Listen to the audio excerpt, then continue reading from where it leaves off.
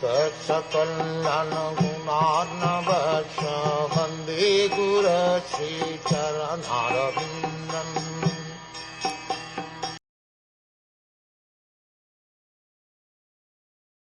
Sri Maitreya said, "My dear Vidura, Diti, the wife of the sage Kashyapa, could understand that the sons within her be a cause of disturbance to the demigods. As such, she continuously bore the powerful semen of Kashyapa Muni, which was meant to give trouble to others for 100 years. The great sage Sri Maitreya was explaining to Vidura the activities of the demigods, including Lord Brahma. When Diti heard from her husband that the sons she bore within her abdomen would be causes of disturbances to the demigods, she was not very happy. There are two classes of men devotees and non-devotees. Non-devotees are called demons, and devotees are called demigods. No sane man or woman can tolerate the non-devotees giving trouble to devotees. Diti, therefore, was reluctant to give birth to her babies. She waited for 100 years so that at least she could save the demigods from the disturbance for that period. By the force of the pregnancy of Diti, the light of the sun and moon was impaired in all the planets, and the demigods of various planets, being disturbed by that force, asked the creator of the universe, Brahma, "What is this expansion of darkness in all directions?" It appears from this verse of Srimad Bhagwatam that the sun is the source of light for all the planets in the universe. The modern scientific theory which states that there are many suns in each universe is not supported by this verse. It is understood that in each universe there is only one sun, which supplies light to all the planets. In Bhagavad Gita, the moon is also stated to be one of the stars. There are many stars, and when we see them glittering at night, we can understand that they are reflectors of light. Just as moonlight is a reflection of sunlight, other planets also reflect sunlight, and there are many other planets which cannot be seen by our naked eyes. The demoniac influence of the suns in the womb of Diti expanded darkness throughout the universe. The fortunate demigods said, "O Great One, just see this darkness, which you know very well and which is causing us anxieties. Because the influence of time cannot touch you, there is nothing unmanifest before you." Brahma is addressed herein as Vibhu and as the personality of Godhead. He is the Supreme Personality of Godhead's incarnation of the mode of passion in the material world. He is non-different in the representative sense from the Supreme Personality of Godhead, and therefore the influence of time cannot affect him. The influence of time, which manifests as past, present, and future, cannot touch higher personalities like Brahma and other demigods. Sometimes demigods and great sages who have attained such perfection are called Trikala Jinya. O God of the demigods, sustainer of the universe, head jewel of all the demigods in other planets, you know the intentions of all living entities in both the spiritual and material worlds. Because Brahma is almost on an equal footing with the personality of Godhead, he is addressed here as the God of the demigods. And because he is the secondary creator of this universe, he is addressed as the sustainer of the universe. He is the head of all the demigods, and therefore he is addressed here as the head jewel of the demigods. It is not difficult for him to understand everything which is happening in both the spiritual and material worlds. He knows everyone's heart and everyone's intentions. Therefore he was requested to explain this incident. Why was the pregnancy of Diti causing such anxieties all over the universe? O original source of strength and scientific knowledge, all obeisances unto you. You have accepted the differentiated mode of passion from the Supreme Personality of Godhead. With the help of external energy, you are born of the unmanifested source. All obeisances unto you. The Vedas are the original scientific knowledge for all departments of understanding, and this knowledge of the Vedas was first impregnated into the heart of Brahma by the Supreme Personality of Godhead. Therefore, Brahma is the original source of all scientific knowledge. He is born directly from the transcendental body of Garbhodakaya Vishnu, who is never seen by any creature of this material universe, and therefore always remains unmanifested. Brahma is stated here to be born of the unmanifested. He is the incarnation of the mode of passion in material nature, which is the separated external energy of the Supreme Lord. O Lord, all these planets exist within yourself, and all the living entities are generated from you. Therefore, you are the cause of this universe, and anyone who meditates upon you without deviation attains devotional service. There is no defeat in this material world for persons who control the mind and senses by controlling the breathing process and who are therefore experienced, mature mystics. This is because by such perfection in yoga, they have attained your mercy. The purpose of yogic performances is explained here.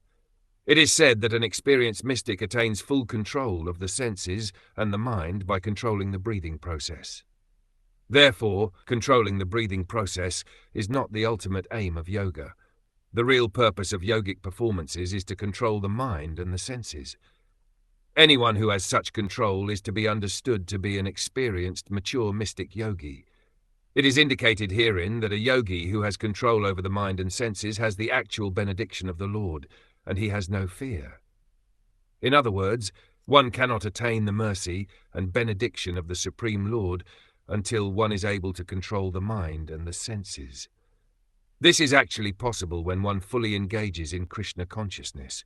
A person whose senses and mind are always engaged in the transcendental service of the Lord has no possibility of engaging in material activities. The devotees of the Lord are not defeated anywhere in the universe. It is stated, Narayan Para Sarva, one who is Narayan Para, or a devotee of the Supreme Personality of Godhead, is not afraid anywhere, whether he is sent to hell or promoted to heaven. All the living entities within the universe are conducted by the Vedic directions, as a bull is directed by the rope attached to its nose. No one can violate the rules laid down in the Vedic literatures. To the chief person who has contributed the Vedas, we offer our respect. The Vedic literatures are the laws of the Supreme Personality of Godhead. One cannot violate the injunctions given in the Vedic literatures any more than one can violate the state laws. Any living creature who wants real benefit in life must act according to the direction of the Vedic literature. The conditioned souls who have come to this material world for material sense gratification are regulated by the injunctions of the Vedic literature. Sense gratification is just like salt. One cannot take too much or too little, but one must take some salt in order to make one's foodstuff palatable. Those conditioned souls who have come to this material world should utilize their senses according to the direction of the Vedic literature, otherwise they will be put into a more miserable condition of life. No human being or demigod can enact laws like those of the Vedic literature, because the Vedic regulations are prescribed by the Supreme Lord. The demigods prayed to Brahma, "Please look upon us mercifully, for we have fallen into a miserable condition. Because of the darkness, all our work has been suspended. Because of complete darkness throughout the universe, the regular activities and engagements of all the different planets were suspended. In the north and south poles of this planet, there are sometimes no divisions of day and night. Similarly, when the sunlight does not approach the different planets within the universe, there is no distinction between day and night. As fuel overloads a fire, so the embryo created by the semen of Kashyapa in the womb of Diti has caused complete darkness throughout the universe. The darkness throughout the universe is explained herewith as being caused by the embryo created in the womb of Diti by the semen of Kashyapa. Sri Maitreya said, "Thus Lord Brahma, who is understood by transcendental vibration, tried to satisfy the demigods, being pleased with their words of prayer. Brahma could understand the misdeeds of Diti, and therefore he smiled at the whole situation. He replied to the demigods present there in words they could understand. Lord Brahma said, 'My 4 sons, Sanaka, Sanatan, Sanandana, and Sanat Kumara, who were born from my mind, are your predecessors. Sometimes they travel throughout the material and spiritual skies without any definite desire. When we speak of desire, we refer to desire for material sense gratification. Saintly persons like Sanaka, Sanatan Sanandana, and Sanat Kumara have no material desire, but sometimes they travel all over the universe out of their own accord to preach devotional service. After thus travelling all over the universes, they also went into the spiritual sky, for they were freed from all material contamination. In the spiritual sky there are spiritual planets known as Vaikunthas, which are the residents of the Supreme Personality of Godhead and his pure devotees, and are worshipped by the residents of all the material planets. The material world is full of cares and anxieties. In any one of the planets, beginning from the highest down to the lowest, Patal, every living creature must be full of cares and anxieties, because in the material planets one cannot live eternally. The living entities, however, are actually eternal. They want an eternal home, an eternal residence, but because of accepting a temporal abode in the material world, they are naturally full of anxiety. In the spiritual sky, the planets are called Vaikuntha, because the residents of these planets are free from all anxieties. For them there is no question of birth, death, old age, and diseases, and therefore they are not anxious. On the other hand, the residents of the material planets are always afraid of birth, death, disease, and old age, and therefore they are full of anxieties. In the Vaikuntha planets, all the residents are similar in form to the Supreme Personality of Godhead. They all engage in devotional service to the Lord without desires for sense gratification. The residents and the form of living in Vaikuntha are described in this verse. The residents are all like the Supreme Personality of Godhead Narayan. In the Vaikuntha planets, Krishna's plenary feature as four-handed Narayan is the predominating deity, and the residents of Vaikuntha are also four-handed, just contrary to our conception here in the material world. Nowhere in the material world do we find a human being with four hands. In Vaikuntha there is no occupation but the service of the Lord, and this service is not rendered with a purpose. Although every service has a particular result, the devotees never aspire for the fulfillment of their own desires. Their desires are fulfilled by rendering transcendental loving service to the Lord. In the Vaikuntha planets is the Supreme Personality of Godhead, who is the original person and who can be understood through the Vedic literature. He is full of the uncontaminated mode of goodness, with no place for passion or ignorance. He contributes religious progress for the devotees. The kingdom of the Supreme Personality of Godhead in the spiritual sky cannot be understood by any process other than hearing from the description of the Vedas. No one can go see it. In this material world also, one who is unable to pay to go to a far distant place by motorized conveyances can only understand about that place from authentic books. Similarly, the Vaikuntha planets in the spiritual sky are beyond this material sky. The modern scientists who are trying to travel in space are having difficulty going even to the nearest planet, the Moon, to say nothing of the highest planets within the universe. There is no possibility that they can go beyond the material sky, enter the spiritual sky and see for themselves the spiritual planets, Vaikuntha. Therefore, the kingdom of God in the spiritual sky can be understood only through the authentic descriptions of the Vedas and Purans.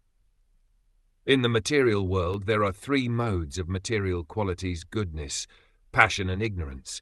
But in the spiritual world, there is no trace of the modes of passion and ignorance.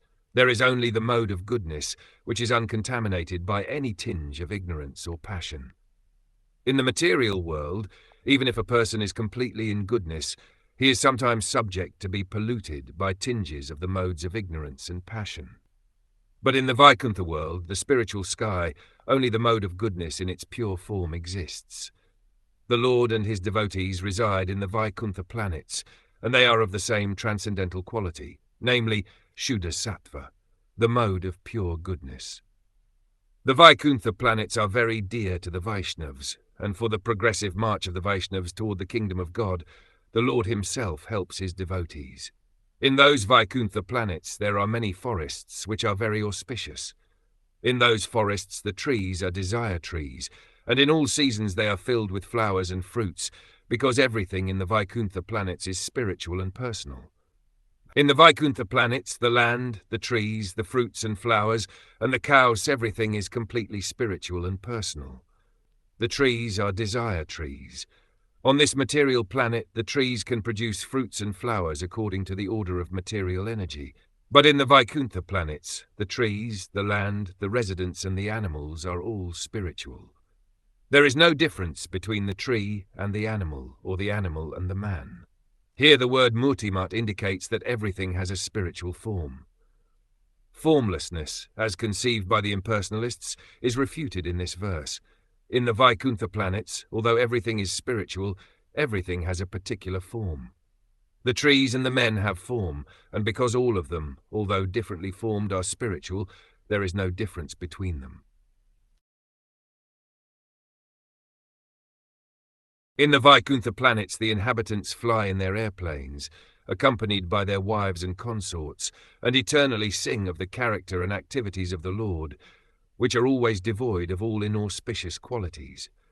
While singing the glories of the Lord, they deride even the presence of the blossoming Madhavi flowers, which are fragrant and laden with honey. It appears from this verse that the Vaikuntha planets are full of all opulences. There are airplanes in which the inhabitants travel in the spiritual sky with their sweethearts. There is a breeze carrying the fragrance of blossoming flowers, and this breeze is so nice that it also carries the honey of the flowers. The inhabitants of Vaikuntha, however, are so interested in glorifying the Lord that they do not like the disturbance of such a nice breeze while they are chanting the Lord's glories. In other words, they are pure devotees. They consider glorification of the Lord more important than their own sense gratification. In the Vaikuntha planets, there is no question of sense gratification. To smell the fragrance of a blossoming flower is certainly very nice, but it is simply for sense gratification. The inhabitants of Vaikuntha give first preference to the service of the Lord, not their own sense gratification.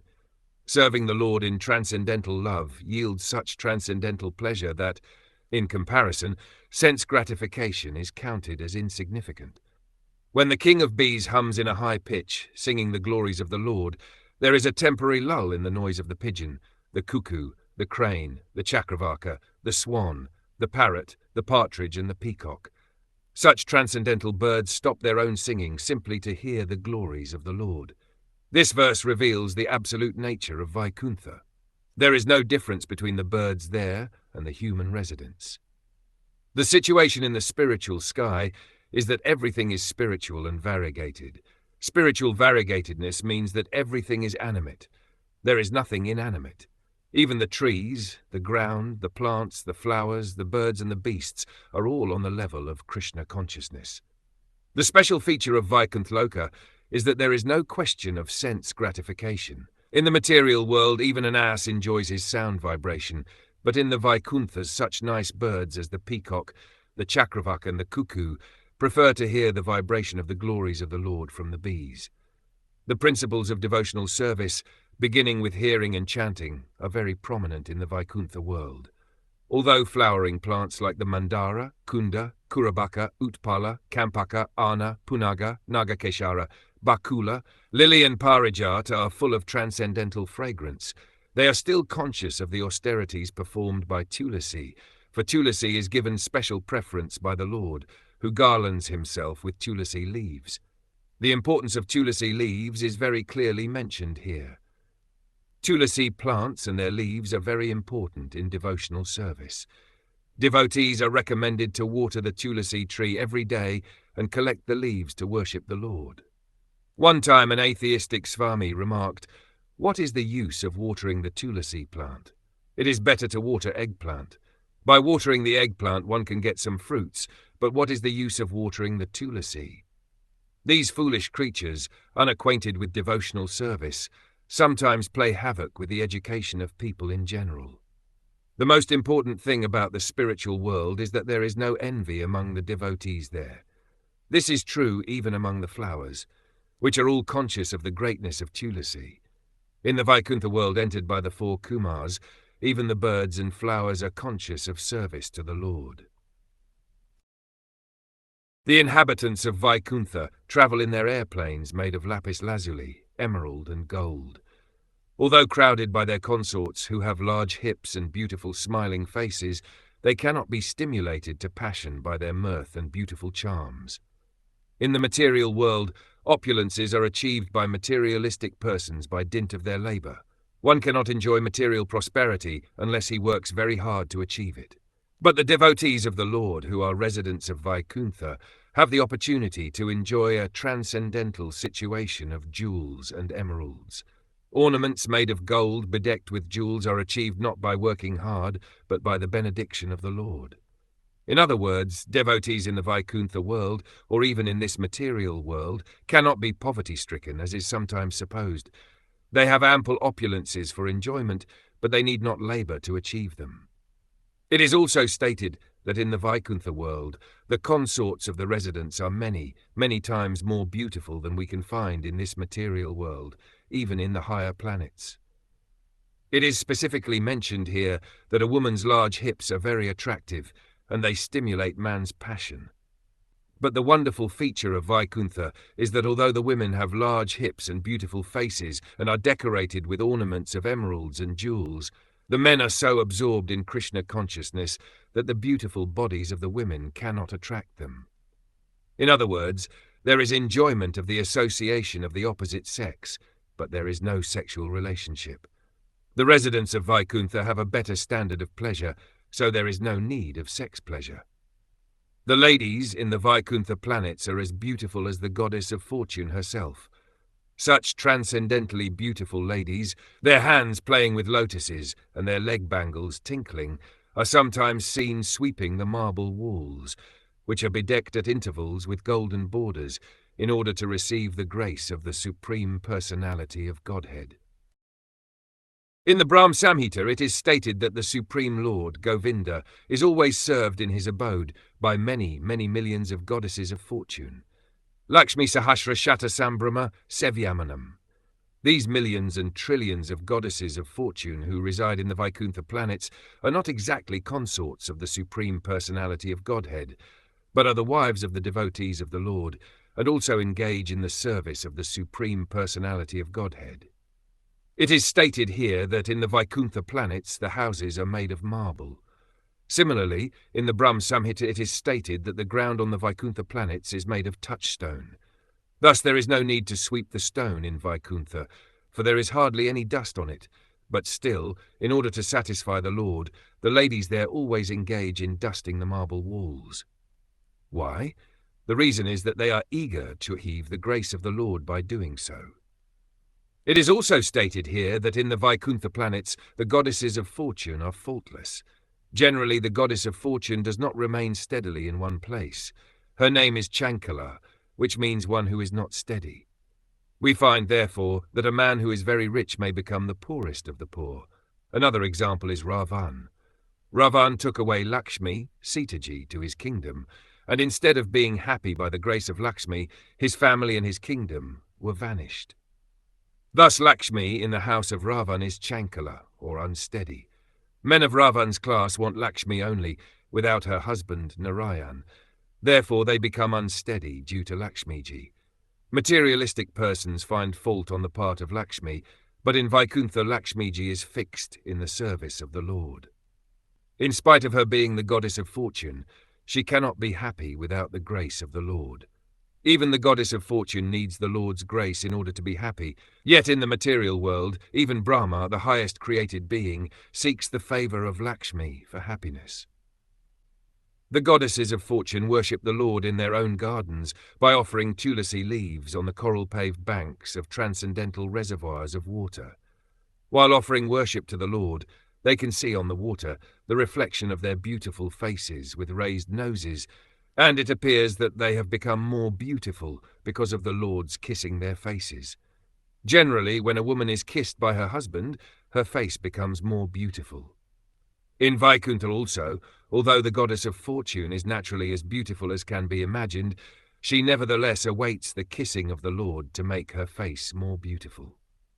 The beautiful face of the goddess of fortune appears in ponds of transcendental crystal water when she worships the Lord with tulasi leaves in her garden. It is very much regrettable that unfortunate people do not discuss the description of the Vaikuntha planets, but engage in topics which are unworthy to hear and which bewilder one's intelligence. Those who give up the topics of Vaikuntha and take to talk of the material world are thrown into the darkest region of ignorance.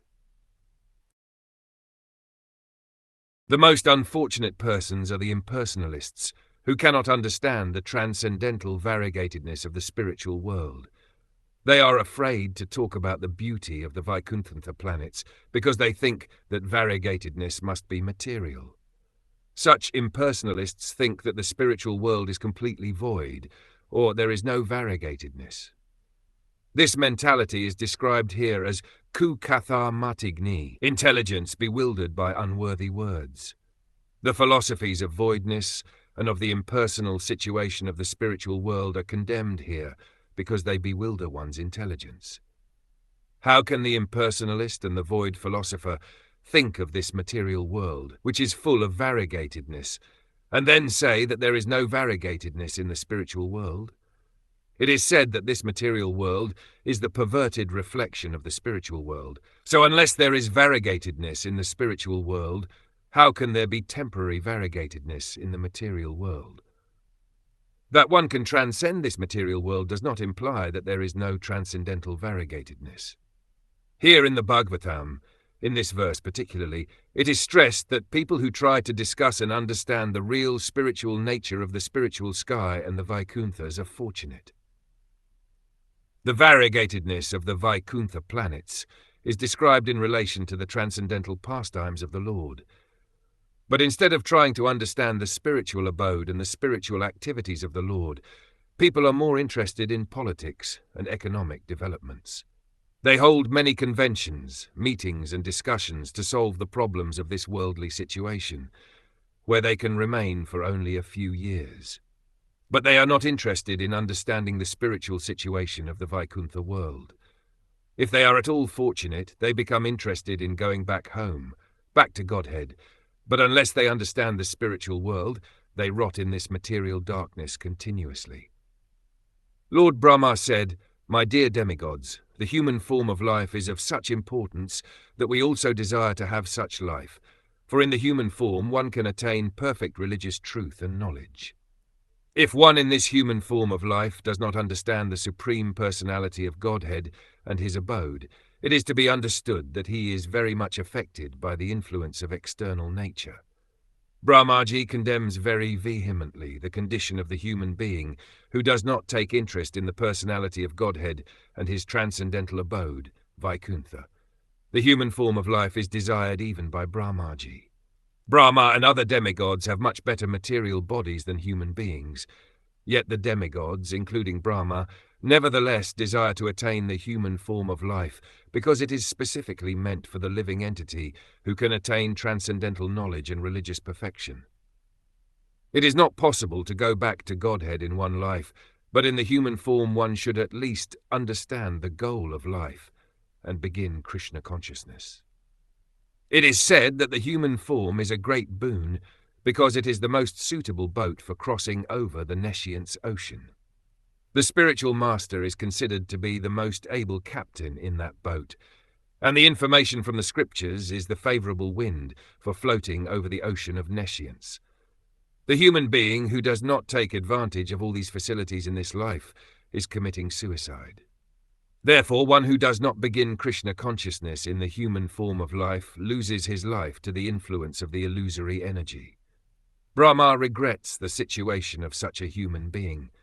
Persons whose bodily features change in ecstasy and who breathe heavily and perspire due to hearing the glories of the Lord are promoted to the kingdom of God, even though they do not care for meditation and other austerities. The kingdom of God is above the material universes, and it is desired by Brahma and other demigods. It is clearly stated herein that the kingdom of God is above the material universes. Just as there are many hundreds of thousands of higher planets above this earth, so there are many millions and billions of spiritual planets belonging to the spiritual sky. Brahmaji states herein that the spiritual kingdom is above the kingdom of the demigods. One can enter the kingdom of the Supreme Lord only when one is highly developed in desirable qualities. All good qualities develop in the person of a devotee. It is stated in Srimad Bhagwatam, 5th canto, 18th chapter, verse 12, that anyone who is Krishna conscious is endowed with all the good qualities of the demigods. In the material world, the qualities of the demigods are highly appreciated, just as, even in our experience, the qualities of a gentleman are more highly appreciated than the qualities of a man in ignorance or in a lower condition of life. The qualities of the demigods in the higher planets are far superior to the qualities of the inhabitants of this earth. Brahmaji confirms herewith that only persons who have developed the desirable qualities can enter into the kingdom of God. In the Caitanya Charitamrita, the devotees' desirable qualities are described to be 26 in number. They are stated as follows. He is very kind. He does not quarrel with anyone. He accepts Krishna consciousness as the highest goal of life. He is equal to everyone. No one can find fault in his character. He is magnanimous, mild, and always clean, internally and externally. He does not profess to possess anything in this material world. He is a benefactor to all living entities. He is peaceful and is a soul completely surrendered to Krishna. He has no material desire to fulfill. He is meek and humble, always steady, and has conquered the sensual activities. He does not eat more than required to maintain body and soul together. He is never mad after material identity. He is respectful to all others and does not demand respect for himself. He is very grave, very compassionate, and very friendly. He is poetic. He is expert in all activities, and he is silent in nonsense. Similarly, in Srimad Bhagwatam, 3rd canto, 25th chapter, verse 21, the qualifications of a saintly person are mentioned. It is said there that a saintly person eligible to enter into the kingdom of God is very tolerant and very kind to all living entities. He is not partial. He is kind both to human beings and to animals. He is not such a fool that he will kill a goat Narayan to feed a human Narayan, or Daridra Narayan. He is very kind to all living entities. Therefore he has no enemy. He is very peaceful. These are the qualities of persons who are eligible to enter into the kingdom of God. That such a person gradually becomes liberated and enters the kingdom of God is confirmed in Srimad Bhagwatam, 5th canto, 5th chapter, verse 2.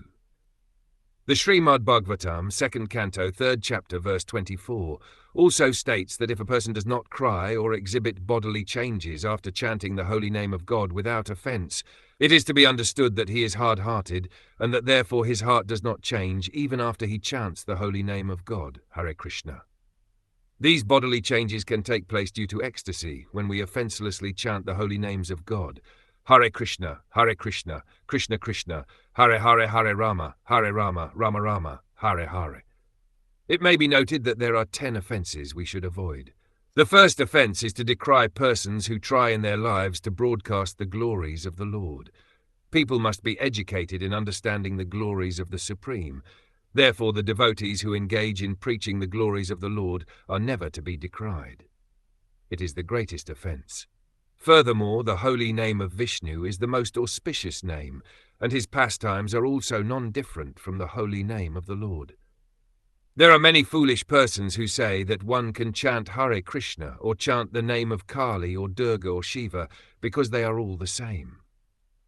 If one thinks that the holy name of the Supreme Personality of Godhead and the names and activities of the demigods are on the same level, or if one accepts the holy name of Vishnu to be a material sound vibration, that is also an offence. The third offence is to think of the spiritual master who spreads the glories of the Lord as an ordinary human being. The fourth offence is to consider the Vedic literatures, such as the Purans or other transcendentally revealed scriptures, to be ordinary books of knowledge. The fifth offence is to think that devotees have given artificial importance to the holy name of God. The actual fact is that the Lord is non-different from his name. The highest realization of spiritual value is to chant the holy name of God, as prescribed for the age, Hare Krishna, Krishna Krishna, Hare Rama, Rama Rama, Hare Hare. The sixth offence is to give some interpretation on the holy name of God. The seventh offence is to act sinfully on the strength of chanting the holy name of God. It is understood that one can be freed from all sinful reaction simply by chanting the holy name of God. But if one thinks that he is therefore at liberty to commit all kinds of sinful acts, that is a symptom of offence. The eighth offence is to equate the chanting of Hare Krishna with other spiritual activities, such as meditation, austerity, penance, or sacrifice. They cannot be equated at any level. The ninth offence is to specifically glorify the importance of the holy name before persons who have no interest. The 10th offence is to be attached to the misconception of possessing something or to accept the body as one's self, while executing the process of spiritual cultivation. When one is free from all 10 of these offenses in chanting the holy name of God, he develops the ecstatic bodily features called pulakashru. Pulaka means symptoms of happiness, and ashru means tears in the eyes. The symptoms of happiness and tears in the eyes must appear in a person who has chanted the holy name offenselessly. Here in this verse it is stated that those who have actually developed the symptoms of happiness and tears in the eyes by chanting the glories of the Lord are eligible to enter the kingdom of God. In the Caitanya Charitamrita it is said that if one does not develop these symptoms while chanting Hare Krishna, it is to be understood that he is still offensive. Caitanya Charitamrita suggests a nice remedy in this connection. There it is said in verse 31, chapter 8 of Adi Leela, that if anyone takes shelter of Lord Chaitanya and just chants the holy name of the Lord, Hare Krishna, he becomes freed from all offences. Thus the great sages Sanaka, Sanatan, Sanandana and Sanat Kumar, upon reaching the above-mentioned Vaikuntha in the spiritual world by dint of their mystic yoga performance, perceived unprecedented happiness. They found that the spiritual sky was illuminated by highly decorated airplanes piloted by the best devotees of Vaikuntha and was predominated by the Supreme Personality of Godhead. The Supreme Personality of Godhead is one without a second. He is above everyone. No one is equal to him, nor is anyone greater than him. Therefore he is described here as Vishvaguru. He is the prime living entity of the entire material and spiritual creation, and is Bhuvanaika Vandyam, the only worshipable personality in the three worlds. The airplanes in the spiritual sky are self-illuminated and are piloted by great devotees of the Lord. In other words, in the Vaikuntha planets, there is no scarcity of the things which are available in the material world. They are available, but they are more valuable because they are spiritual and therefore eternal and blissful. The sages felt an unprecedented happiness because Vaikuntha was not predominated by an ordinary man. The Vaikuntha planets are predominated by expansions of Krishna, who are differently named as Madhusudana, Madhav, Narayan, Pradyumna, etc. These transcendental planets are worshipable because the personality of Godhead personally rules them. It is said here that the sages reached the transcendental spiritual sky by dint of their mystic power. That is the perfection of the yoga system. The breathing exercises and disciplines to keep health in proper order are not the ultimate goals of yoga perfection. The yoga system as generally understood is Ashtanga Yoga, or Siddhi, eightfold perfection in yoga. By dint of perfection in yoga, one can become lighter than the lightest and heavier than the heaviest. One can go wherever he likes and can achieve opulences as he likes. There are 8 such perfections. The Rishis, the 4 Kumars, reached Vaikuntha by becoming lighter than the lightest and thus passing over the space of the material world. Modern mechanical space vehicles are unsuccessful because they cannot go to the highest region of this material creation, and they certainly cannot enter the spiritual sky. But by perfection of the yoga system, one not only can travel through material space, but can surpass material space and enter the spiritual sky. We learn this fact also from an incident concerning Durvasa Muni and Maharaj Ambarisha. It is understood that in 1 year Durvasa Muni travelled everywhere and went into the spiritual sky to meet the Supreme Personality of Godhead, Narayan.